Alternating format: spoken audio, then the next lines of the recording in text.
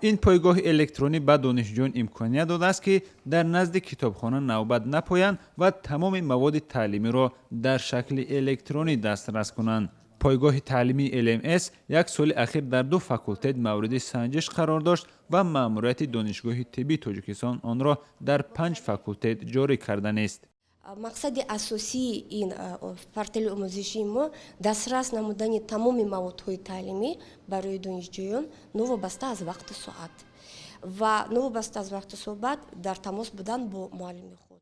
портали нав ба устодон имконият медиҳад бубинанд ки кадом донишҷӯ кадом мавзӯъҳои дарсиро хондааст. Масалан, агар донишҷӯ аз 10 фанни таълимӣ танҳо маводи 2 фанро хонда бошад, система дар журнали электронии омӯзгор фақат 2 фанро нишон медиҳад.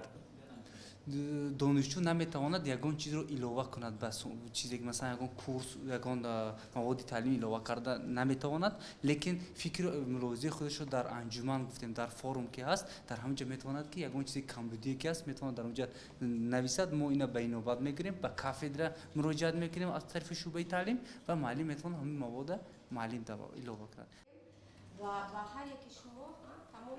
пойгоҳи электронӣ бо кӯмаки Швейтсария маблағгузорӣ шудааст ва ҳадафи он боло бурдани сатҳи дониши табибони ояндаи Тоҷикистон аст.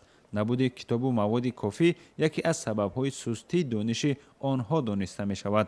Масалан, дар ин муассиса барои 2 нафар донишҷӯ як китоб мерасад. یعنی از این استفاده میبریم، یعنی ما مجبور نیستیم که رفته کتاب خریم چه همین میتونیم همین سامانه ما دسترس نماییم. ҳудуди 1000 нафар донишҷӯёну устодони донишгоҳи тиббӣ дар пойгоҳи электронӣ сабти ном карданд ва аз ҳар ҷо ки хостанд бо рамзи хос ба он ворид мешаванд. вале нархи баланду суръати пасти интернет дар Тоҷикистон аз мушкилоти аслист ки дастрасӣ ба порталро маҳдуд мекунад.